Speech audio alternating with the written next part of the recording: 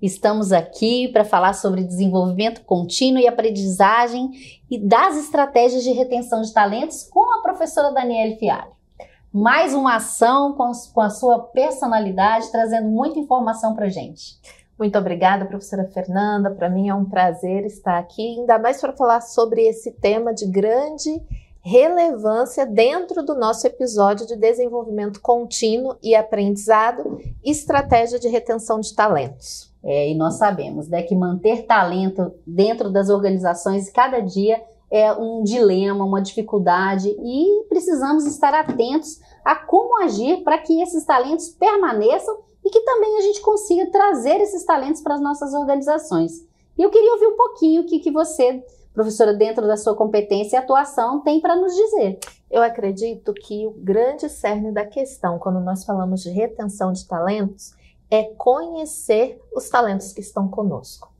Os talentos hoje, eles fazem parte de momentos de vida diferenciados, de geração diferenciada, e isso faz com que o que é bom e o que é expectativa para um não seja expectativa para outro. Certa vez eu estava conversando com um jovem em sala de aula e ele tinha 18, 19 anos. Ele disse assim: professora, meu sonho é me tornar gerente. Com 18, 19 anos. Mas veja, era a expectativa dele. Então, quando nós estamos num ambiente em que nós temos que reter os nossos talentos, é necessário nós entendermos e mensurarmos qual é a expectativa que aquele talento tem para continuar dentro da empresa. Para isso, é de suma importância que a gente tenha um ambiente de trabalho atraente e saudável, mas não da nossa ótica, da ótica daquele que é o nosso talento. Muitas das vezes, a tomada de decisão empresarial para um ambiente de trabalho atraente e saudável parte de uma visão equivocada do talento que ali está. É importante também a gente ter a mensuração que para reter talento nós precisamos de investimento em desenvolvimento e crescimento. Precisamos ter planos de carreira personalizados, capacitação e treinamento, mentoria e coaching, termos a metodologia do feedback contínuo instaurado dentro do nosso ambiente e gerar principalmente o reconhecimento e a recompensa.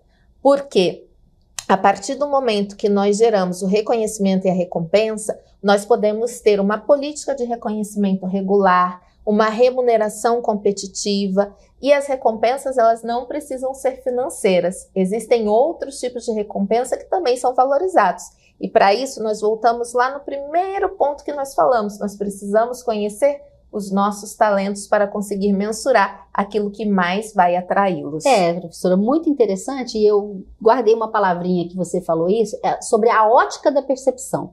Então, assim, geralmente as organizações, elas têm aquela visão do administrador para o colaborador. Então, ela fala, olha, o talento que eu preciso é este. E, às vezes, ele está perdendo algumas pessoas que possam desenvolver e trazer ali um talento oculto por conta dessa falta de visão global do que é a expectativa de um colaborador, por exemplo. Eu entendi dessa forma e achei muito interessante essa percepção.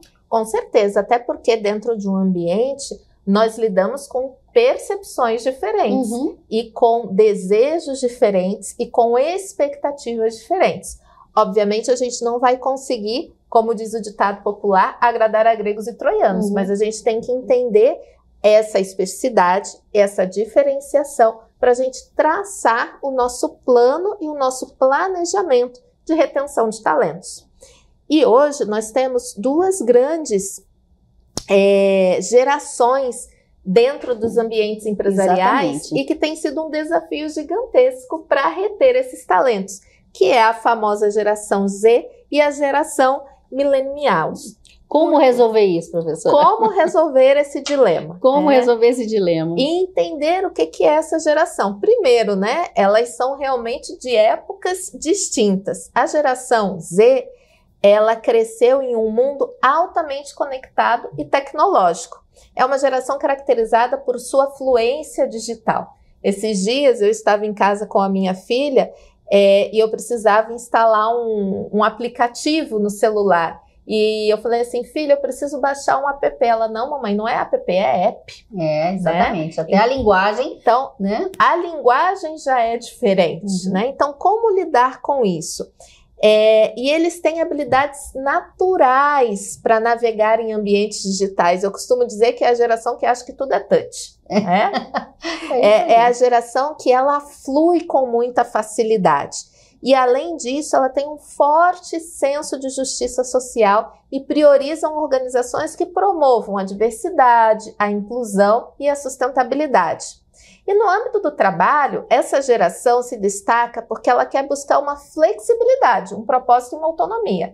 Ela quer que você diga, você tem que me entregar isso neste dia, neste horário, e que a gente aguarde. Deixe a trabalhar. Eles esperam que as empresas ofereçam opções de trabalho híbrido, no formato em que você possa trabalhar num ambiente onde você vai interagir com pessoas, mas que você tenha também seus dias de home office.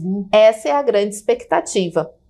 Eles querem a geração da flexibilidade, tecnologia moderna, propósito e impacto social. Esses são alguns dos temas que estão presentes na geração Z, né? Mas nós temos também a geração dos millennials, que ela é composta por indivíduos já, digamos assim, old school, né? Um pouquinho mais de uma época mais remota, digamos assim, ou se nós fôssemos fazer um olhar aqui, a nossa geração da década de 80, né? Que cresceu em um período de transição tecnológica. E eu costumo dizer que a geração antes da geração da década de 80 era uma geração que não entendia de tecnologia e estava tudo bem não entender.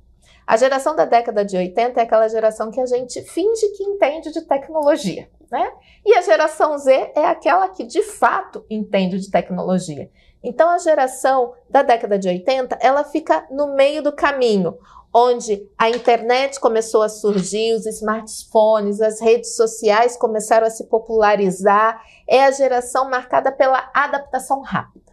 É a geração que a gente arruma a mala e vai embora, né?